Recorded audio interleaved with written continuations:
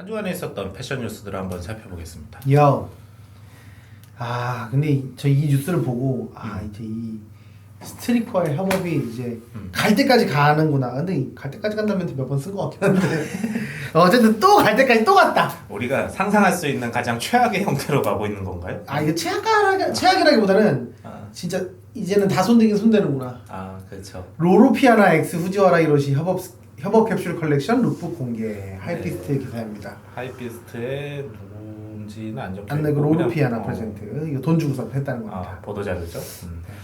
자, 그래서 근데 하이피스트 로고가 지금 포켓몬 로고잖아요. 근데 포켓몬이랑 뭐 콜라보 했더라고요. 콜라보를 했군요.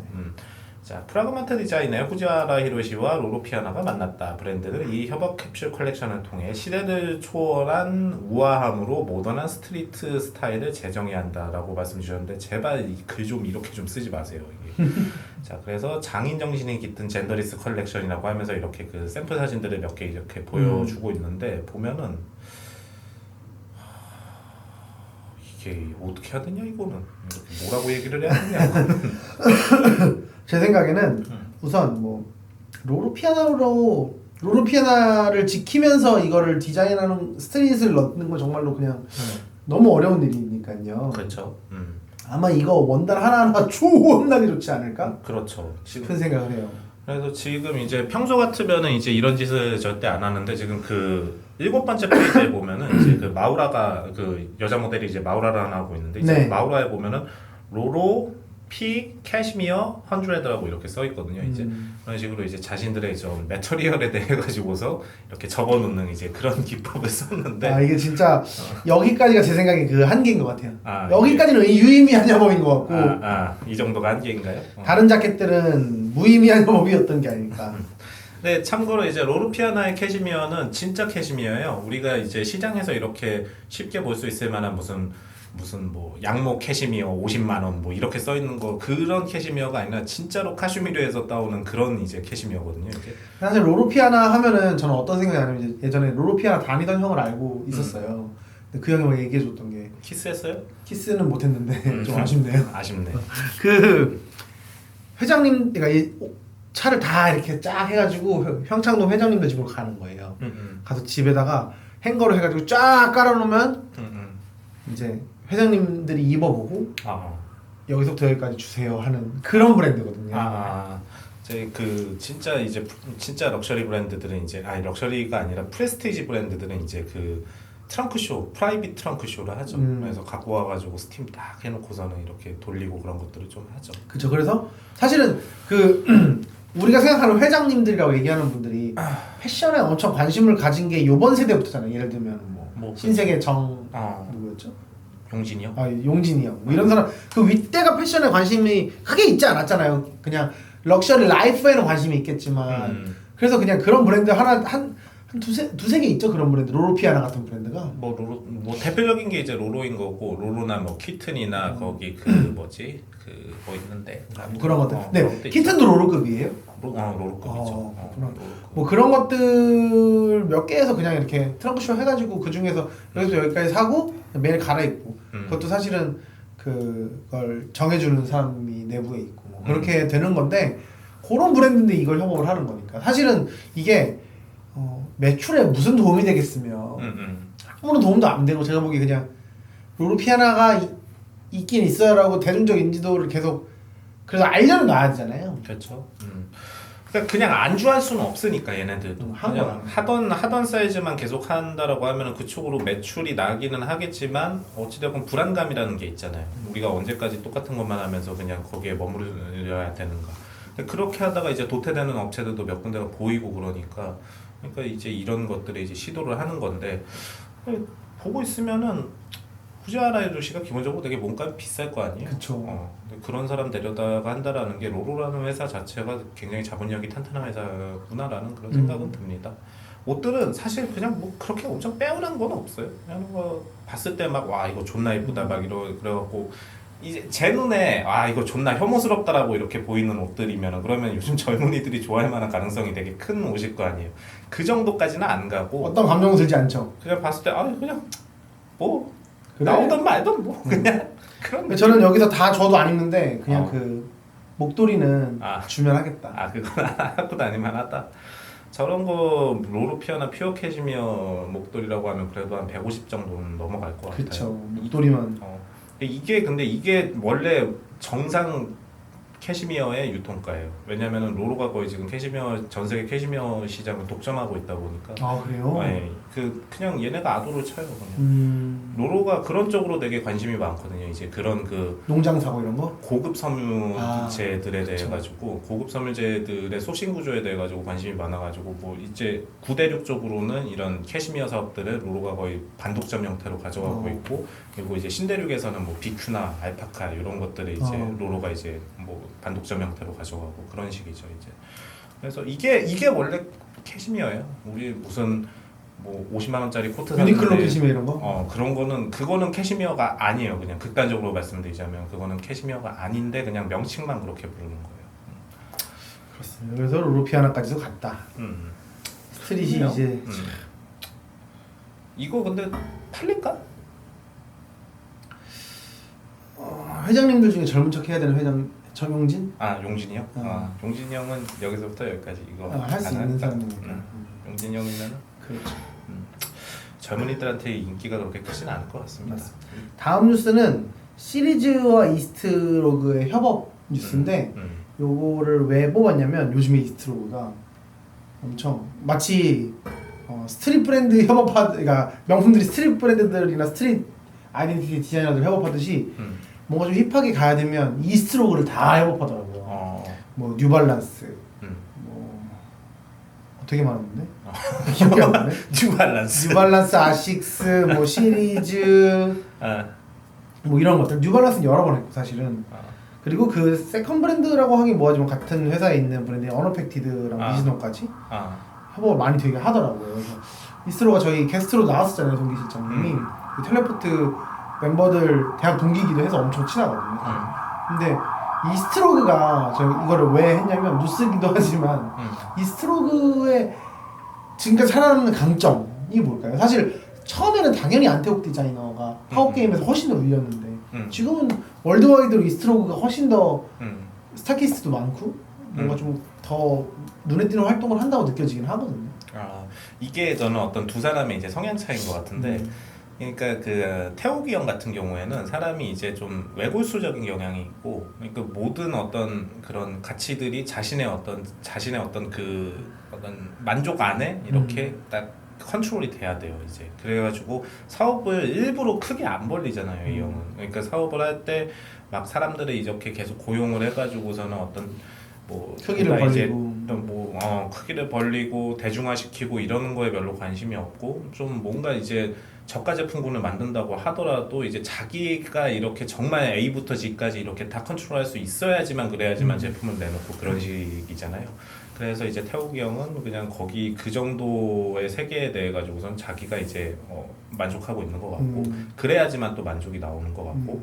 근데 이 동기 형 같은 경우에는 이제 좀 개방적이죠. 사업적인 뭔가 사업적인 마인드가 좀 개방적이죠. 외부와의 교류에 대해 가지고선 크게 이렇게 두려워하지 않고, 그리고 자기 설령 이것이 뭐 어떤 자기 수준에 봤을 때 크게 만족스럽지 않다고 하더라도 그래도 요 정도면 됐다라고 하면서 그러면서 그냥 출시를 할 수 있을 만한 그런 정도의 어떤 그런 타협점을 잘 찾는 그런 분인 것 같습니다. 그래서 옷으로 봤을 때 그냥 제가 까놓고 얘기를 하자면은 옷의 맛은 저는 태욱이 형네가 더 나아요. 그냥 제게 더 큰 어떤 즐거움을 주는 그런 옷들은 이제 태욱이 형네 옷들이 더 즐거움을 주기는 하지만, 근데 이거는 그런 거야. 막 한 100 정도 볼 줄 아는 사람한테 한 150 정도로 이렇게 주니까 이제 이거 되게 뿅 가는 거고. 근데 예컨대 이스트로그나 어너펙티드 같은 그런 브랜드들에서 나오는 옷들은 100 정도 볼 줄 안다라고 했을 때 거의 한 90 정도 채워주는 거거든요. 이제 그러면 사실 이것도 상당히 충분한 옷이란 말이죠. 이제. 사실 가격도 또 달라요. 가격대도 다르죠.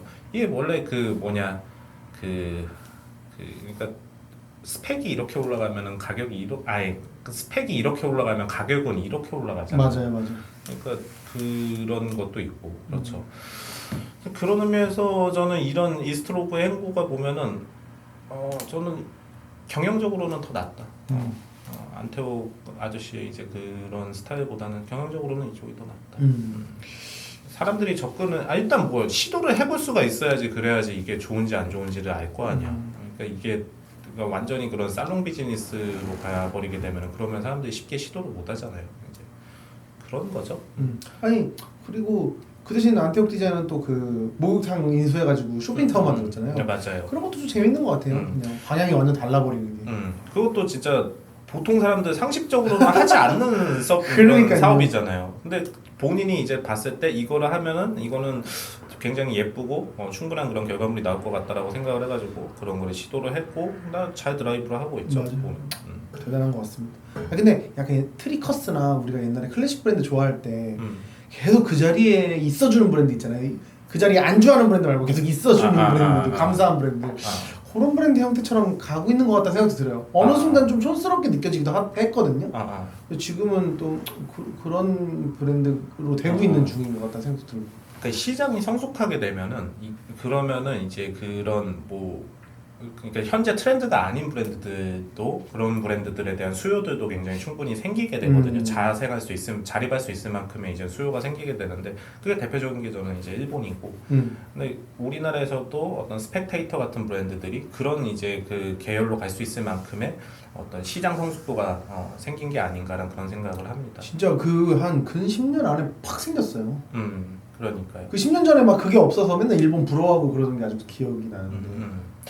이제는 그러니까 매스 트렌드에 그다지 좌우되지 않는 그런 이제 대중들이 이제 늘어나고 그것이 이제 토양이 되어가지고 뭐 태우경 브랜드들이 이제 소화가 되고 그런 게 아닌가 싶어요. 아니 일본 브랜드 얘기하다 보니까 생각난 건데 얼마 전에 MPQ의 조개주 디자이너 만났거든요. 키스했어요? 키스는 못했어요 아쉽게도. 왜 키스를 안 하고 가네? 좀 노력할게요. 못생겨가지고 살찌고. 그래요? 너도 그렇잖아.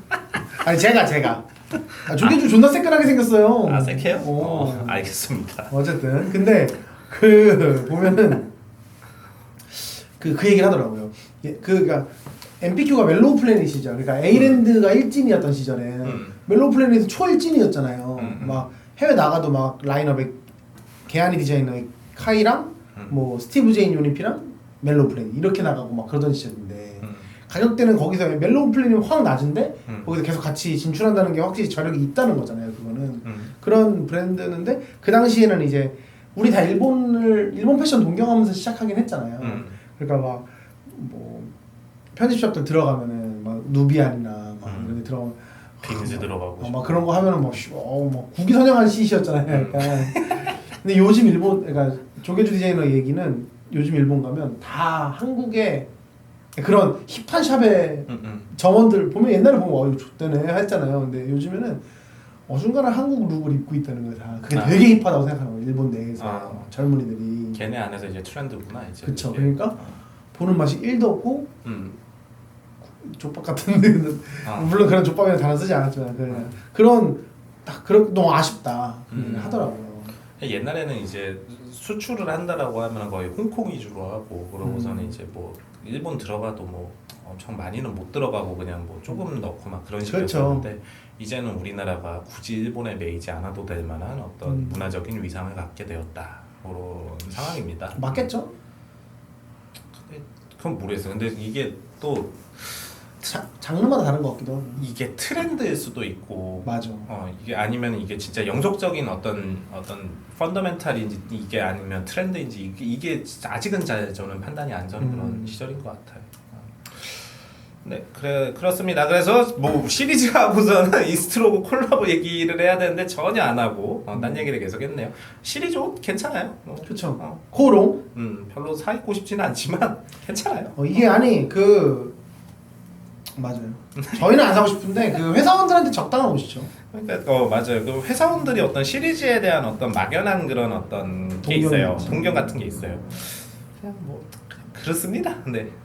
그건 언어페티드 협업한 거예요. 자, 그리고 다음 뉴스로 갈게요. 다음 뉴스는 대페뉴에서 본 기사인데 대페뉴도 항상 출처가 있거든요. 링크가 안 뜨네. 그러네요. 어페럴 뉴스에 있던 기사인가 봐요. 네, 대패뉴 버전을 읽어드릴게요. 야, 여기서 대패뉴는 데일리 패션 뉴스라는 인스타그램 계정입니다. 네. 요즘에 아주 선풍적인 인기를 끌고 있죠. 아 그래요? 네, 팔로워도 진짜 많아졌어요. 이 요약을 해줘서 그런 거구나. 너무 기가 막히게 요약하고 플러스 막 다양한 분야의 트렌드들을 막 가져다가 주니까 2만이 넘어갔네. 만 넘어갔다고 저번 달에 그랬는데 속도가 엄청 빨라지네요. 이게 선풍적인 인기인가요? 이만이? 어우, 아니 업계 뉴스 얘기하는데 2만이면 거의 우리 서페라 팟캐스트 시절 초반 그 선풍적인 인기 수준이지. 아, 알겠습니다. 오케이. 왜 이렇게 빨지? 치네요. 아웃도어 플리스 반응 싸늘 대책 시급. 아웃도어 업체들이 가을 겨울 주력으로 내놓은 플리스에 대한 초반 반응이 부진.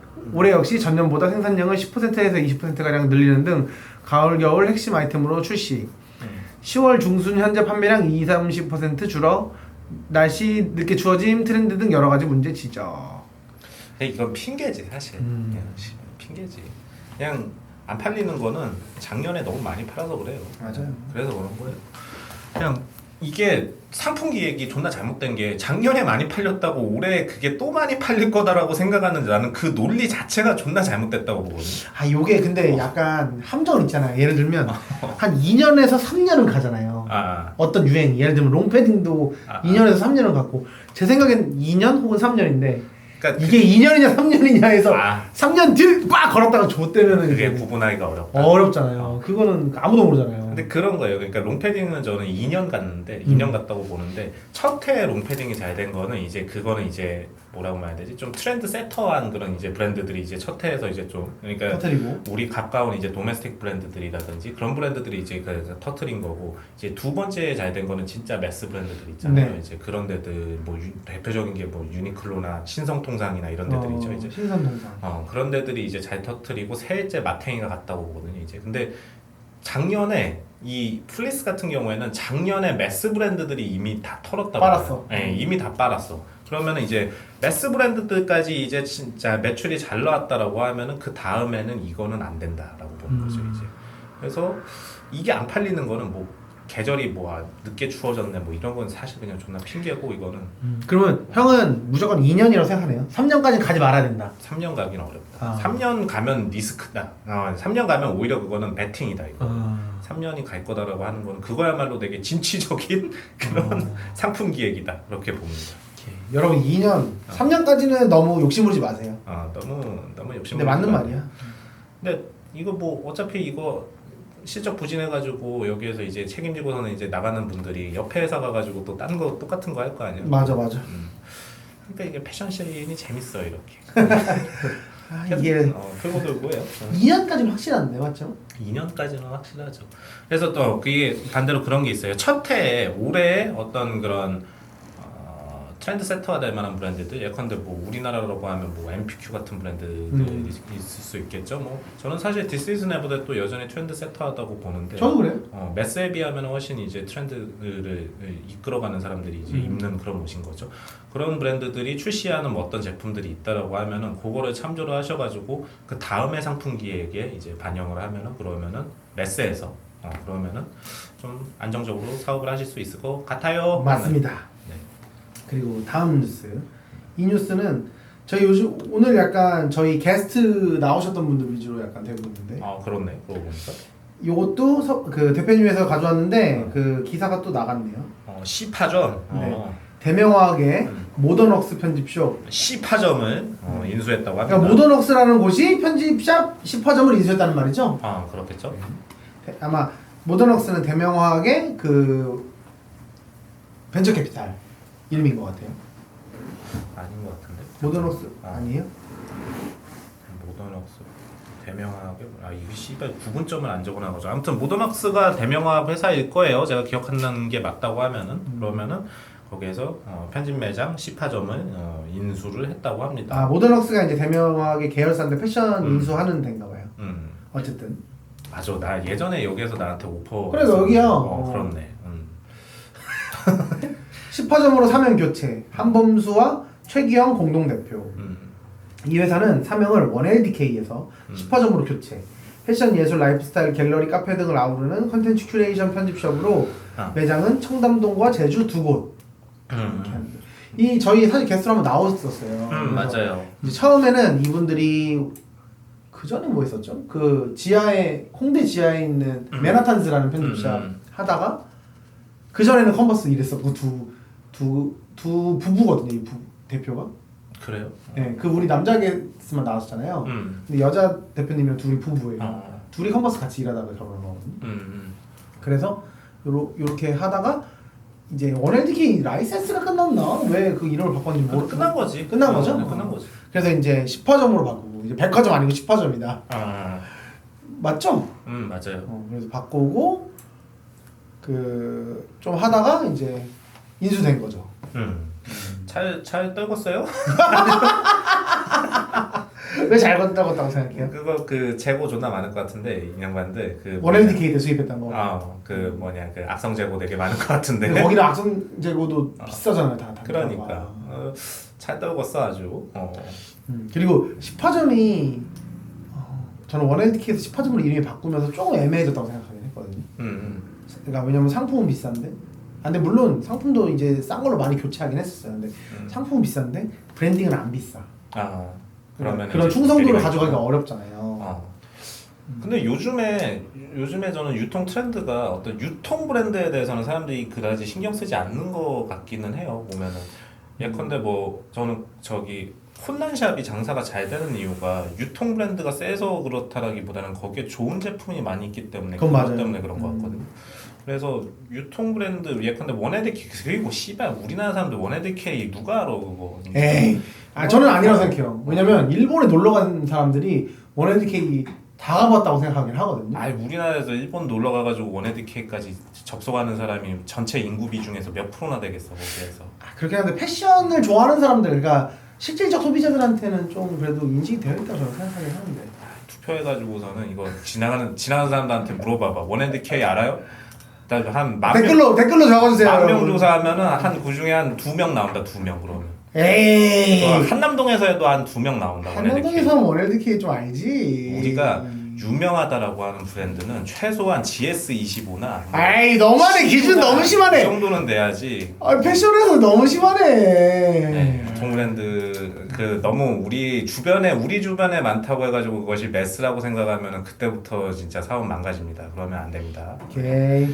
자 그래서 저는 이거 되게 모든 이런 인수합병들은 이런 중소규모 업체들의 이제 인수합병들은 저는 다 좋은 선택이라고 봐요. 그냥 적당한 타이밍에 떨고 내는 게. 청남동 월세 얼마나 비싸고. 그러니까 그거 사업하면서 얼마나 많이 쫄렸겠어 그거 하시면서. 근데 그러느니 그냥 이렇게 그냥 적당하게 타임 잡아갖고 떨고 내고 그러고서는 그 액시한 것도 아니잖아요. 그냥 아니죠. 여기 이제 그대로 그냥 서포트를 받아가면서 서포트 받아가면서 일을 하게 된 그런 사업 환경이 저는 오히려 나아진 거라고 보거든요. 이렇게 맞아요. 잘 선택하셨습니다. 현금도 좀 졌을 거고. 적어도 몇 억은 졌을 거 아니에요. 지분 인수겠죠, 이것도 아마. 그러니까. 그러면은 그 인수와 함께 이제 현금이 좀 떨어졌겠죠, 그러면. 근데 저는 이제 그러니까 대명왕 입장에서 보면 이걸 왜 인수했을까요? 그러니까 그런 거 그냥 제가 지금 머릿속으로 그냥 그린 그림인데. 뇌피셜? 뇌피셜이에요. 이제 대명이 이제 지금 이제 나름 이제 고감도라고 자기네들이 생각할 만한 그런 브랜드들을 이제 여러 개 갖고 있잖아요. 그러면은 이제 그것을 유통할 수 있을 만한 이제 온라인 어떤 유통 체인을 이제 만들어야 된단 말이지. 그러면은 그거에 띵이 필요한 거야, 띵. 그러니까 요런 감도와 요런 무드로 이렇게 매장들을 벌려 나가면은 좋을 만한 그런 어떤 정신적인 코어가 필요한 거죠, 이제. 그게 10화점이구나. 그게 이제 10화점으로 그거를 이제 감도를 만들고 이제 그 어떤 그 전초기지 역할을 시키는 거죠. 그래, 맞아. 웍스아웃을 수입할 수도 없고 규모가 커서. 웍스아웃은 좀 너무 비싸고. 근데 웍스아웃은 가져오기에는 조금 헤비하지. 그래, 웍스아웃 팔지도 않을게요, 그리고. 모르지? 많이 준다고 하면 다 팔죠. 그렇다고 또 웍스아웃 말고 또 그런 데가 확실한 데가 애매하죠. 그 스니커즈 브랜드들이 런칭하는 데들도 분더샵, 뭐 웍스아웃, 그리고 꼼대 한남, 뭐 이런 데들인데. 그러니까 대명의 사세에서 이제 쉽게 한번 도전해 볼 수 있을 만한 그런 편집샵으로는 10화점 사이즈가 딱 맞네. 딱 맞네. 그치. 1LDK였고 브랜딩도 괜찮지. 그렇네요. 저는 그리고 그것도 있는 것 같아요. 그냥 자체 브랜드들 거기서 계속 팝업하면서 같이 에너지 섞고 돌리고 해가지고 하면 나쁘지 않지 않을까. 그리고 플러스 제주도가 확실히 갈 때마다 느끼는 건데 시장의 가능성이 항상 더 커질 것 같다는 생각이 들거든요. 근데 저는 한편으로는 코로나 시국이 끝나면 그때도 제주도가 과연 지금의 인기를 가질까? 그거는 약간 퀘스천이거든요. 그래서 속초와 제주도에 대한 어떤 그런 현재 기업들의 이제 투여가 과연 코로나 시국이 끝난 무렵에도 과연 액션이 있을까? 리액션이 있을까 싶어요. 저는 강원도 쪽은 좀 위험하긴 한 것 같아요. 양양은 킹정. 그건 그냥 어차피 서핑하러 가야 되니까. 그냥 그런데 제주도도 마찬가지로 주말에 잠깐 갔다 올 수 있는 섬 해안 도시 아니 뭐라고 하냐 그 휴양지? 휴양 도시는 제주도를 대체할 수 없어가지고. 일본 가면 되잖아. 일본 가면 돼. 스고이.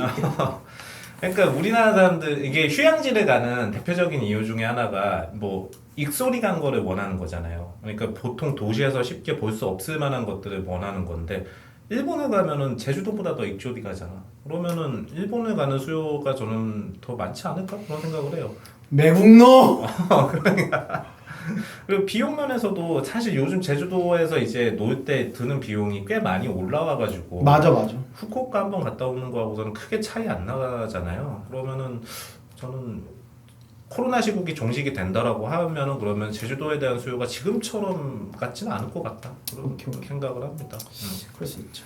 그래서 제주도의 어떤 그런 인프라스트럭처들을 투입을 하는 거는 저는 뭐 나름 합리적이긴 하지만 그게 100%는 아니다. 그런 생각을 해요. 뭐 결국 오징어 게임이 중요하네요. 오징어 게임 마지막에 안 봤죠? 안 봤어요. 제주도 가고 싶다고 하고 이렇게 죽는 멤버가 있거든. 그래요? 오징어 게임이 살 길이다. 나 봤는데 사실 네가 어떻게 요약을 하나 궁금해가지고. 어때요 이 정도 요약? 진짜 쓰레기 같죠? 진짜 개 같았어요. 같은 마무리와 함께 잠시 쉬었다가 3부 이어갈게요.